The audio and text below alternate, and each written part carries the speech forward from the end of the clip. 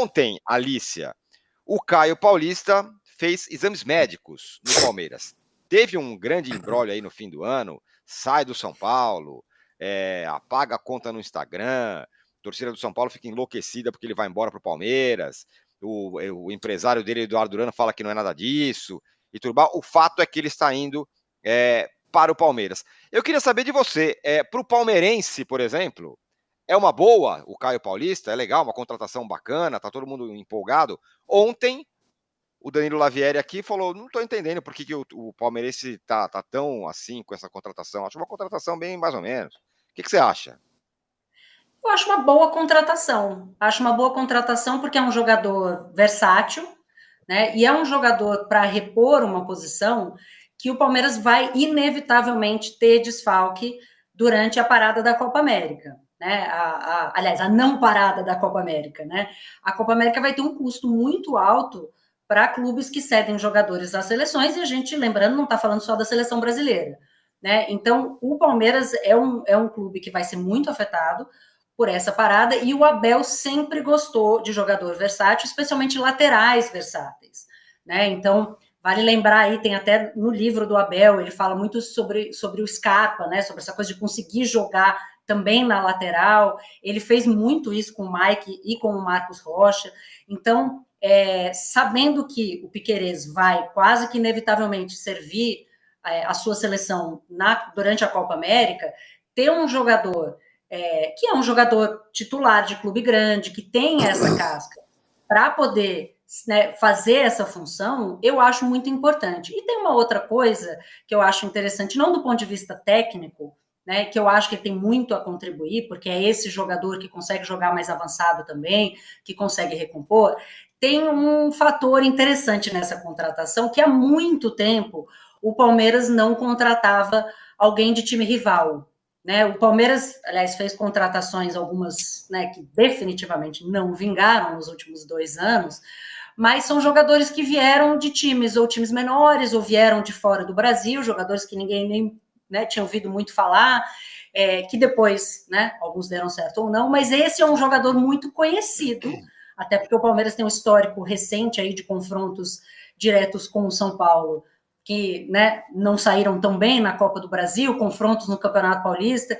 Então, trazer um jogador que vai ali pular o muro da Barra Funda e vir reforçar o Palmeiras também tem esse fator interessante de você desfalcar um rival enquanto você fortalece o seu time. Eu acho uma boa contratação. Se vai dar certo ou não, o tempo vai dizer. O Abel também pediu muita gente que deu errado, tá aí a Tuesta, que não me deixa mentir, né, Jailson, que também não deu certo, Tabata, mas eu vejo como um reforço interessante, porque o Palmeiras ali na lateral esquerda só tem o Vanderlan, que é um excelente jogador, é mais uma joia da base do Palmeiras, mas é um jogador muito jovem. Então, se você imaginar um cenário que a gente está falando de 9 rodadas possivelmente impactadas pela Copa América, dependendo de como cada seleção avance, o Palmeiras teria só o Vanderlan ali, né, na ausência do Piquerez. Então, poder ter essas duas opções, eu acho que vai ser importante, porque eu acho que esse vai ser um bloco ali de rodadas do Campeonato Brasileiro que vão fazer muita diferença lá na frente, porque todo mundo que é grande vai sentir, vai ficar muito desfalcado nesse período. O Flávio Latifi aqui em matéria no UOL, ele conta que o Vanderlan ele teria despertado o interesse do Milan e do Galatasaray, mas ele não deve sair. E nem o Flaco Lopes vai para o River Plate, como o Olé publicou. No caso do Vanderlei, esse veto da saída, talvez tenha uma indicação, Casão, que o Caio Paulista não deve se jogar na lateral. Pode ser que ele jogue na segunda linha, como ele chegou a jogar no São Paulo. O último jogo contra o Flamengo foi o Wellington e Caio Paulista. Diga lá. Não, o Abel gosta muito disso, de fazer dobradinha de lateral. Ele sempre gostou.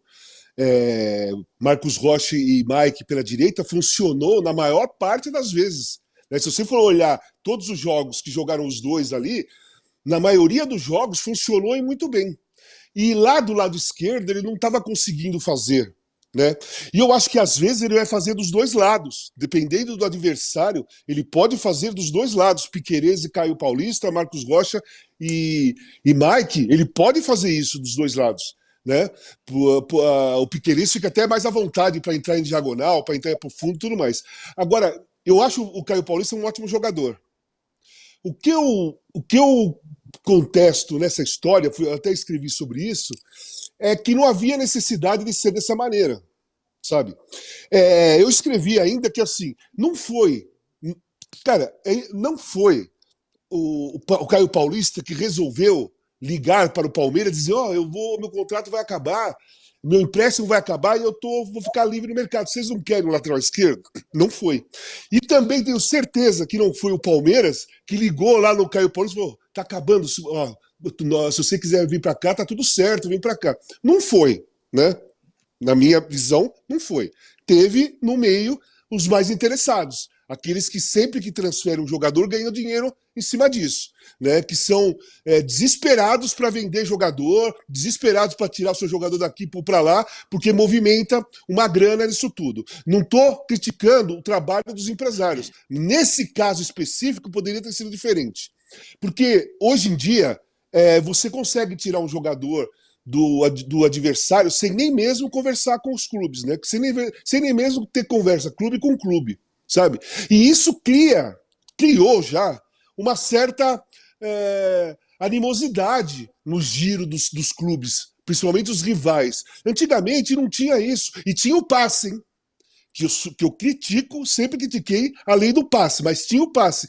Do Palmeiras para o Corinthians, por exemplo, foi o César, foi Baldock, jogou Luiz Pereira, né?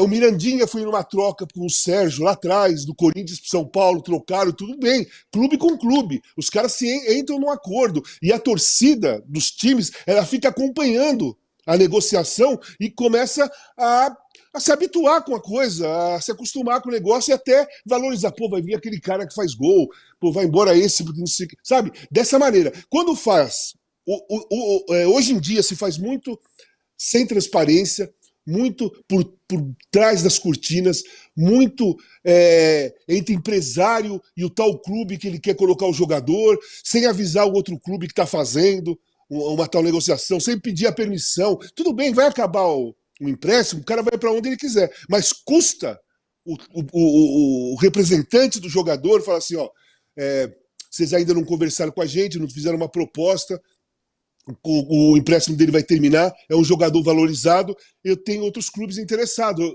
eu vou negociar, tá? Já que vocês não fizeram uma proposta, eu já vou encaminhar o meu jogador para outro time. Custa fazer isso? Por que não pode ser transparente? Por que não pode ser um jogo aberto? Por que os clubes não podem saber ou se conversar, né? Bater um papo sobre o que está acontecendo? Por quê? Tudo bem, o jogador acaba o contrato, ele vai para onde ele quiser, ok, não tem problema nenhum.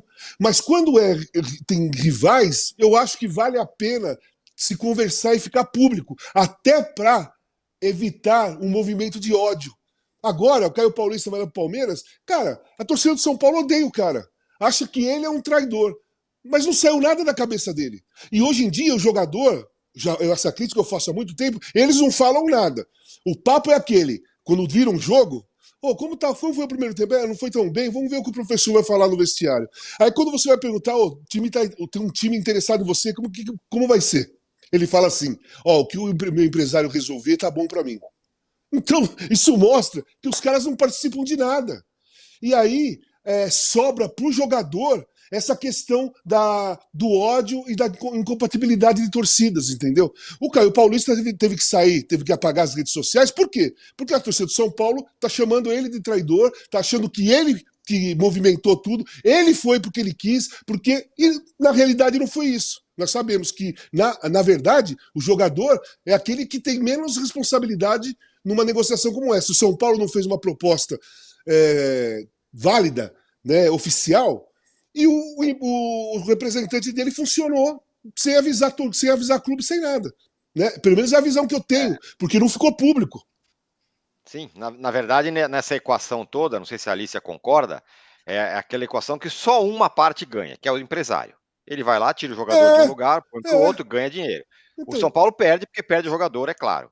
O Caio Paulista pode não perder, ele pode ir para o Palmeiras e ir para a seleção brasileira, virar o maior lateral do Brasil. Ele vai ganhar. Pode dar errado, ele vai ganhar. Pode dar errado. Ele vai para um time que é favorito em todos os campeonatos que vai disputar. Ele vai para um time super campeão, vai ganhar mais. Isso sem dúvida. Mas ele tem o que fazer vida ainda. Dele muda. No caso do empresário, ele não tem que fazer mais nada. Ele já ganhou, já enfiou o dele no bolso.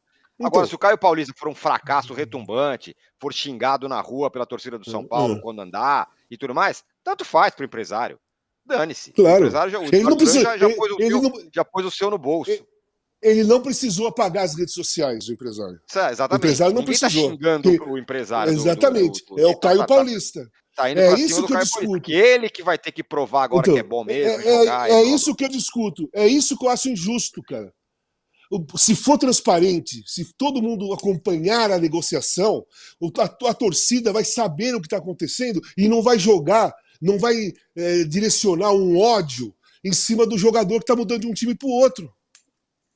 E é uma coisa que precisa ser feita com mais cuidado nesses casos, né? Se você pega um jogador, né, de times que são historicamente rivais e ele vai mudar de lado, isso precisa ser tratado com mais cuidado do que um jogador que vem de um time menor, de um time de outro estado, ou de um time de fora do Brasil. Eu acho que não houve esse cuidado.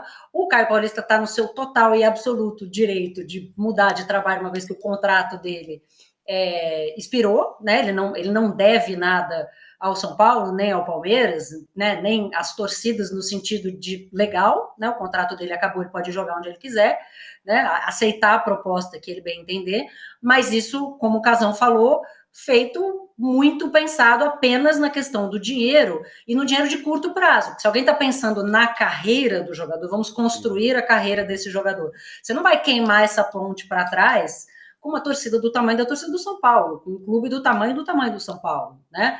Então, assim, isso precisaria ser feito com mais cuidado, porque o cara constrói uma história lá, não tem sentido você incendiar a casa depois que você vai embora, né? Então, é uma pena do ponto de vista da construção da carreira do jogador também, nesse sentido da relação com a torcida. Posso falar um exemplo só, rapidinho? Claro. Posso. São outros tempos, ok? São outros tempos.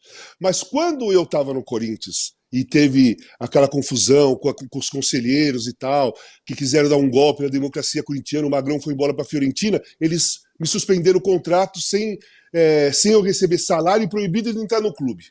Eu fiquei nessa situação. Beleza, fiquei vivendo a minha vida, esperando o que ia acontecer. O que aconteceu? O São Paulo entrou em contato com a diretoria do Corinthians e perguntou se eles topariam me emprestar para o São Paulo. O Corinthians topou sem estipular passe, que naquela época você tinha que estipular o passe para o time interessado depositar na federação e sair embora.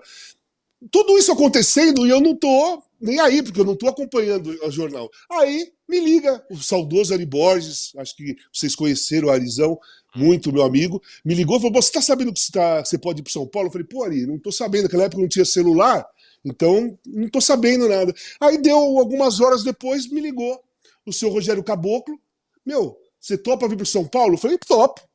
Fui lá, eu não tinha empresário, não tinha empresário nenhum, eu que resolvia, então os clubes conversaram, eu fui para São Paulo, joguei no São Paulo. A torcida do Corinthians não teve ódio de mim nenhum, porque ela acompanhou pelos jornais, pela imprensa, ó, São Paulo está interessado, o Corinthians vai emprestar. Eu fui para o São Paulo, joguei no São Paulo, inclusive ganhamos do Corinthians de 1-0, né?